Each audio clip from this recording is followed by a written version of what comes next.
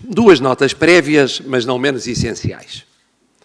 Uma para agradecer ao Fórum para a Competitividade o labor traduzido neste encontro, precedido de trabalhos de fundo a cargo de especialistas competentes e experimentados. E mais ainda para lhe testemunhar o reconhecimento por anos a fio, a estudar e a fazer pedagogia acerca de Portugal e do seu futuro. Outra palavra para realçar o papel do Sr. Dr. Pedro Fraz da Costa, que, podendo dispensar-se de mais afazeres, depois do que já dedicou a causas nacionais, durante a Revolução e na liderança de importante parceiro patronal, ainda assim continua a marcar a sua presença persistente e combativa a pensar no bem comum. Foi com ele que avancei a ideia de uma reflexão serena e desapaixonada sobre a competitividade, com especial enfoque na necessidade urgente de investimento interno e externo em Portugal. E logo se mostrou aberto, e mesmo entusiástico, a mobilizar vontades, a ultrapassar descrenças, a olhar para o médio e longo prazo e não apenas para o dia de hoje ou de amanhã. Com a vantagem de, porque não preso pelas contingências próprias dos parceiros económicos e sociais, poder mover-se olhando para o futuro e servindo uma vez mais também desta feita a Portugal. A vossa iniciativa de hoje chegou a conclusões que já recebi e que apreciei e que irei analisar com todo o interesse e que todas elas respeitam a necessidade de incentivar o investimento para fazer crescer Portugal. Ora, esse investimento, como sabemos, é crucial para que a nossa economia possa criar riqueza, emprego e pistas de futuro. Esse investimento exige confiança. E a confiança é um bem imaterial, raro e volátil. Imaterial porque não se cinge a dados palpáveis, embora normalmente os pressuponha. Mais fácil é confiar em dívidas públicas controladas, déficits orçamentais contidos, balanças externas equilibradas, climas fiscais estáveis, virtualidades laborais mais visíveis, justiças lestas, burocracias reduzidas. Mas a confiança não se limita a esses dados. Olha para as fórmulas políticas, para os discursos, para as palavras e para os silêncios. A miúda depende de pré-compreensões globais, justas ou injustas, que depois vão encaixando argumentos específicos. É um bem raro. Não existe para a maioria esmagadora das economias mundiais, pelo menos na sua expressão mais ampla. É um bem volátil. Demora a afirmar-se, desaparece ou diminui num ápice. Pensando, pois, na confiança indispensável ao investimento, olhemos para Portugal, tal como ele aparecia a número considerável de potenciais investidores internos e externos há 7 meses, na sequência das eleições parlamentares de 4 de outubro e a quando da tomada de posse do novo Presidente da República. Deixemos, portanto, de lado análises mais longas ou mais antigas, aqui evocadas a merecerem outro enfoque público. Do lado positivo da confiança, podia recensear-se a capacidade de resistência dos portugueses na aplicação de memorando de entendimento. Os indicadores de evolutivo controle do déficit orçamental e de recuperação efetiva na balança de pagamentos até 2015. O sinal de transição do crescimento negativo do PIB para crescimento positivo. A evolução favorável das exportações. Os juízos genericamente lisonjeiros, para dizer menos, da Comissão Europeia, do Banco Central Europeu e do Fundo Monetário Internacional a Portugal, à saída de 4 anos e meio de crise, mesmo quando pontuados ao longo de 2015 por preocupações com o que se chamava a desaceleração atribuída ao período eleitoral. A relativa permanência das traves mestras do sistema partidário, quando comparado com os sistemas de vários Estados europeus. Do lado negativo da confiança, os fatores mais referidos eram a fragilidade do sistema bancário, com a não venda do banco emergente da resolução em 2014, o risco que viria a confirmar-se de desfecho negativo noutro banco, a sensação crescente de necessidade de capitalização no sistema, a começar no banco público, e o prolongamento excessivo da definição da estrutura de capital em instituição forçada pelo Banco Central Europeu a rever a sua presença africana. O compasso de espera de mais de 1 mês e meio na viabilização parlamentar de um governo. As reticências de investidores internos e externos à nova fórmula governativa, pelo seu caráter inovatório, pela entrada na área do poder de partidos dela duradouramente afastados, pelas suas conhecidas reservas de princípio, a políticas europeias e ao tratado orçamental, pelos avisos críticos presidenciais a quando da posse do governo.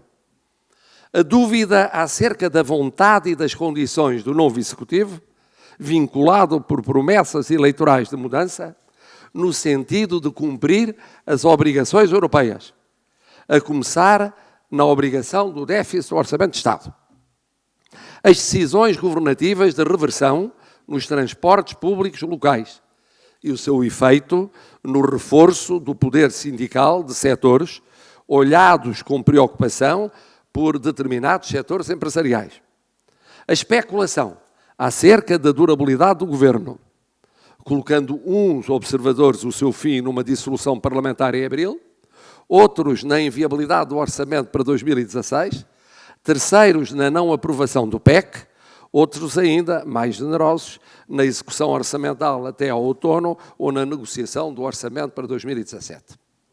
Este panorama, patente em 9 de março deste ano, traduzia-se em mais razões à partida contra a confiança do que a favor dela. Numa palavra, muitos investidores não acreditavam na nova solução governamental, ou discordavam da sua orientação social no conteúdo ou no ritmo, ou previam a sua curta duração, ou mais abertamente defendiam a sua queda forçada e rápida substituição. Foi com este panorama, em termos amplos, que o Presidente da República se deparou ao entrar em funções em 9 de março último, e que motivou a sua incessante ação interna e externa para minimizar fatores negativos e maximizar fatores positivos de confiança.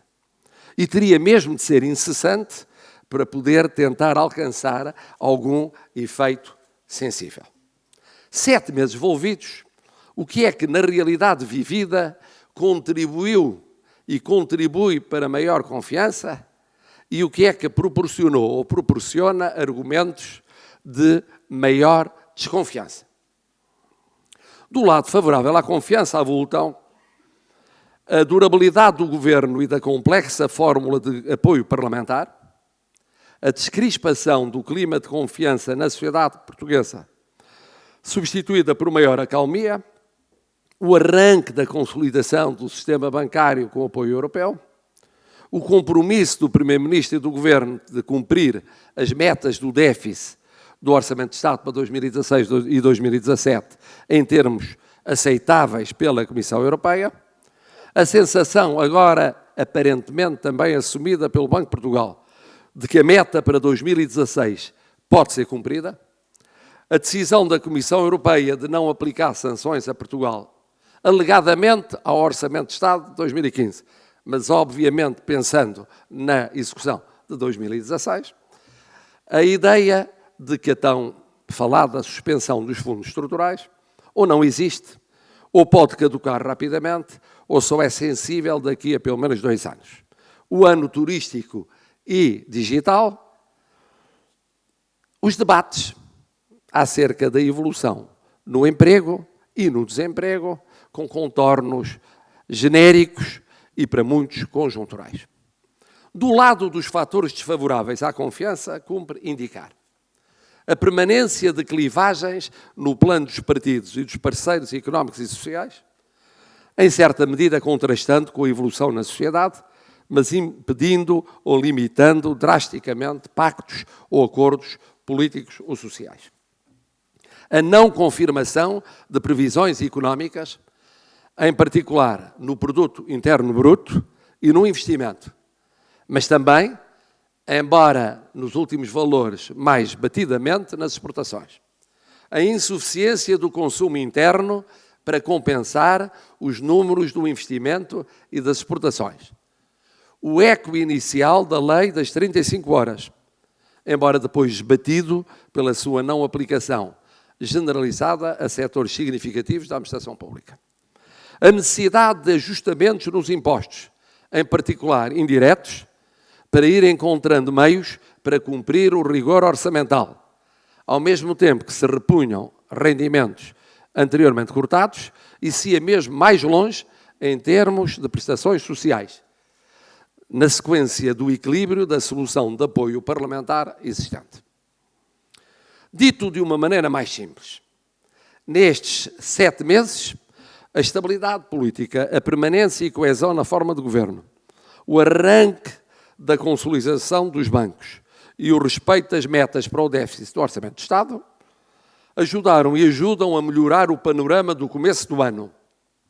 A evolução económica de base e a manifesta complexidade na conjugação entre cumprir o déficit, continuar a dar benefícios sociais e criar condições para o investimento, a subida da montanha no dizer do seu Primeiro-Ministro, são, ao invés, os problemas de tomo que persistem como preocupações de fundo neste final de 2016 e quase viragem para 2017.